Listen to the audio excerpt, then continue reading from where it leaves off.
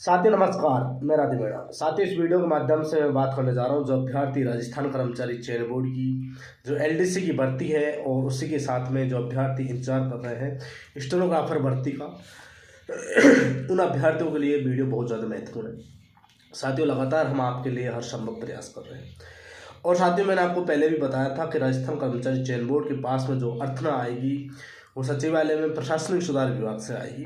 तो लगातार मेरी प्रशासनिक सुधार विभाग के तमाम अधिकारियों से लगातार बात हो रही है। साथियों हर सप्ताह मैं आपकी भर्तियों को लेकर मैं फीडबैक ले रहा हूँ।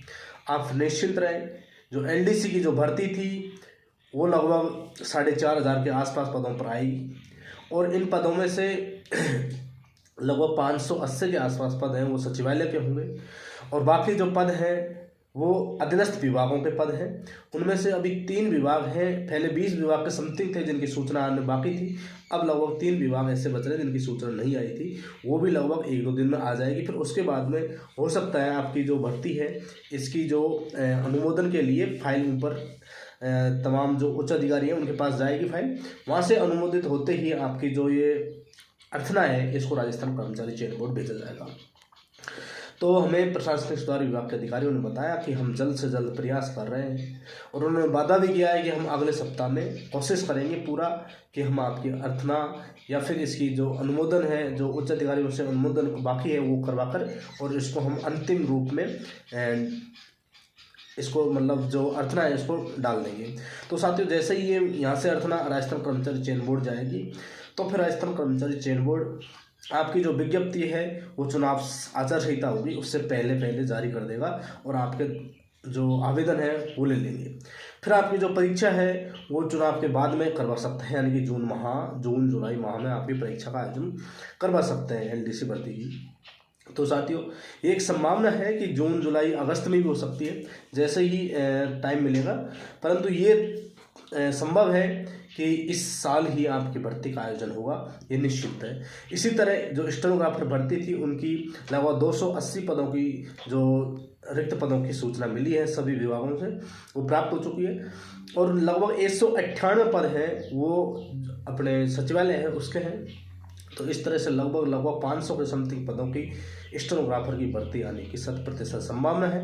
इन दोनों को लेकर लगातार मैं तमाम अधिकारियों से संबंधित अधिकारियों से बात हो रही है और जो सूचना जो अपनी स्टेनोग्राफर की भर्ती थी उसकी 280 पदों की अनुमोदन के लिए फाइल भेज दी थी, वित्त विभाग में भेजी थी स्वीकृति के लिए। स्वीकृति पहले मिल चुकी थी परंतु भर्ती जारी करने को लेकर।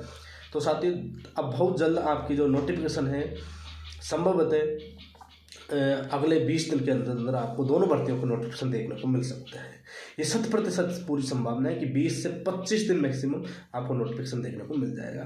तो साथियों चुनाव बाद में आपकी दोनों भर्तियों की परीक्षा होगी, ये संभव है और आप निश्चिंत रहें। स्टेनोग्राफर भर्ती की लगभग जो परीक्षा है 2024 के अंत में यानी कि सितंबर अक्टूबर नवंबर में कभी भी हो सकती है और जो एलडीसी की भर्ती है वो लगभग जून जुलाई अगस्त इन 3 माहों में कभी भी हो जाएगी।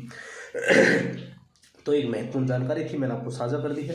तो साथियों सभी युवा साथियों तक ये वीडियो अवश्य रूप से पहुंचाएं जो अभ्यर्थी स्टेनोग्राफर भर्ती की तैयारी करना चाहते हैं या फिर एलडीसी की भर्ती जिन्होंने सीईटी जो +2 वाला था वो दिया है, सीनियर सेकेंडरी वाला, वो जो जिन अभ्यर्थियों ने वो एग्ज़ाम दिया है सीईटी वाला वही अभ्यर्थी इसमें फॉर्म में अप्लाई करेंगे और इसमें कट ऑफ थोड़ी ज़्यादा जाएगी। जैसे अभी तो लगभग 154 के आसपास स्नातक में गई है, तो इसमें साथियों पद कम है और कंपटीशन इसमें ज़्यादा है, अभ्यर्थी ज़्यादा हैं, तो इसमें लगभग 170 के आसपास कट ऑफ पहुँच सकती है जनरल की आराम से। तो ये एक महत्वपूर्ण जानकारी थी, आपको साझा कर दी है। सभी युवा साथी तैयारी में जुट जाए, चाहे वो अभ्यर्थी एलडीसी भर्ती के हो चाहे अन्य भर्तियों के हो, सभी भर्तियों के अभ्यर्थी तैयारी में जुट जाएं क्योंकि विधानसभा चुनाव ये लोकसभा चुनाव से पहले आचार संहिता लगभग 10-12 मार्च को आचार संहिता लग जाएगी, तो उससे पहले कुछ भर्तियों की विज्ञप्ति जारी होना संभव है। तो आप तैयारी करें और अगस्त सितंबर तक काफ़ी भर्तियों की एग्ज़ाम होगी, आप उसमें सिलेक्शन लें, अपने माँ बाप और आपका सपना पूरा करें। बहुत बहुत धन्यवाद, शुक्रिया। हम आपके लिए तहे दिल से निस्वार्थ भाव से लगातार कोशिश करते रहेंगे।